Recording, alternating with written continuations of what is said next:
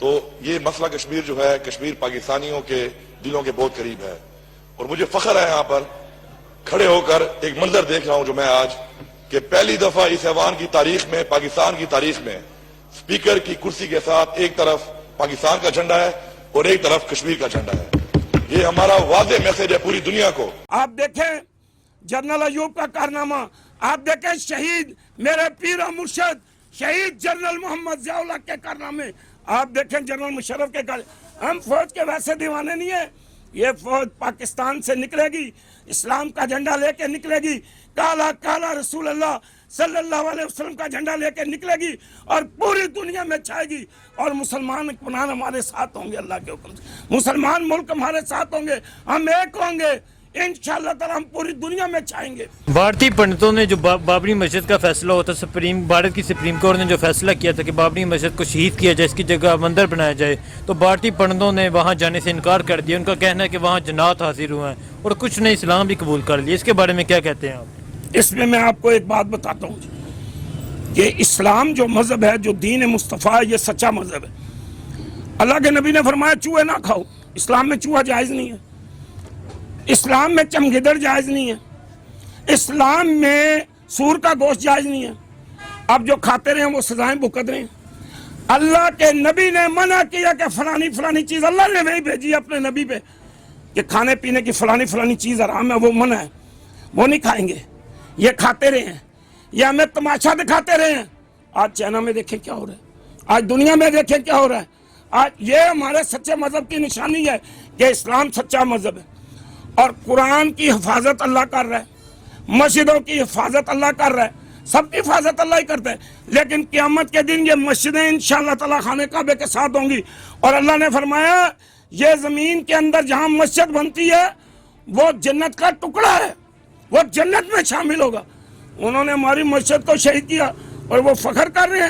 نہیں، شہید کیا نہیں گیا، وہاں شہید کرنے کی انہوں نے کوشش کی ہے نا جی، وہ ڈھا رہے ہیں وہاں سے ختم کر کے، وہ کہہ رہے ہیں جی یہاں مندر بنائیں گے، انہیں اللہ سبق سکھائے گا۔ مسجدوں کی حفاظت اللہ کرتا ہے، قرآن کی حفاظت اللہ کرتا ہے۔ ہم نکلے یا نہ نکلے، ہم بولیں نہ بولیں، انشاءاللہ تعالی میرا رب اپنے گھر کی حفاظت کرے گا، اور پتہ چلے گا ہندوؤں کو۔ آپ کہتے ہیں وہ، میں آپ کو ایک چھوٹا سا واقعہ سناتا ہوں۔ حضرت مولا علی مشکل کشا شیر خدا صحابہ اکرام میں بیٹھے ہوئے تھے، اور ادھر ابو جہل کے پاس ایک مانگنے والا فقیر جاتا ہے، کہتا جی مجھے کچھ اللہ کے نام پہ دو۔ وہ طنز کے لیے حضور نبی پاک صلی اللہ علیہ وسلم کا دشمن، حضور نبی پاک صلی اللہ علیہ وسلم کا صحابہ کا دشمن، اور نبی پاک صلی اللہ علیہ وسلم کے اہل بیت کا دشمن، وہ کہتا ہے جاؤ حضرت علی کے گھر سے کچھ لے آؤ۔ وہ مانگنے والا فقیر آتا ہے اور آ کے کہتا ہے، دروازہ کھٹکھٹاتا ہے، حضرت علی نکلتے ہیں، آپ کئی دنوں سے فاقے میں ہیں، آپ کے گھر میں کبھی جو ہے نا چراغ بھی بہت کم جلتا تھا، آپ کے گھر میں کھانا بھی کم پکتا تھا۔ اس نے کہا کہ مجھے اللہ کے نام پہ دے دو۔ اب وہ ابو جہل چھپ کے دیکھ رہا ہے، تو حضرت علی نے فرمایا اچھا مٹھی لاؤ۔ ہاتھ لیا، اسی مٹھی بنائی اور 3 پھونکیں لگائی، تو کہنے لگے یہ شہر سے جا کے باہر کھولنا۔ جب وہ چلے گئے، وہ فقیر چلا گیا، تو ابو جہل نے اس کو پکڑ لیا، مگر نہیں کھولو مٹھی، کھولو مٹھی۔ زبردستی مٹھی کھلوائی تو دیکھا تو 3 لال پڑے ہوئے تھے۔ اے ہم ان صحابہ کو ماننے والے ہیں۔ پھر میں آپ کو ایک اور بات بتاؤں، یہودی بھی کہتے ہیں، عیسائی بھی کہتے ہیں، دنیا کا پڑھا لکھا بندہ کہتا ہے کہ حضرت امام حسین کو یزید نے شہید کروایا کربلا میں، اور جب حضرت امام حسین شہید ہو گئے تو ان کا نیزے پہ نا، ان کا سر چڑھا کے نا، ان کی گردن نیزے پہ چڑھا کے نا روڑوں پہ گھمائی انہوں نے، تو اس میں سے قرآن پڑھنے کی آوازیں آ رہی تھی۔ یہ قرآن کا سچا معجزہ ہے، یہ قرآن کی سچی کرامت ہے، یہ ولیوں کی کرامت ہے، یہ صحابہ کی کرامت ہے، یہ اہل بیت کی کرامت ہے کہ وہ امام حسین گردن اتری ہوئی اور سر نیزے پہ ہے اور قرآن پڑھا۔ مورخین نے لکھا ہے، مورخین نے اپنی کتابوں میں لکھا ہے، دنیا کے تمام مذہب مانتے ہیں کہ حضرت امام حسین نے نیزے پہ قرآن پڑھا۔ آپ کہتے ہیں یہ، آپ دیکھیں گے تو حیران رہ جائیں گے۔ انشاءاللہ تعالیٰ پنڈت بھی آ کے قدموں میں گریں گے حضور کے، اور انشاءاللہ تعالیٰ ہندو بھی انشاءاللہ کلمہ پڑھیں گے، اور انشاءاللہ تعالیٰ اس مسجد کی جگہ کو جس نے بھی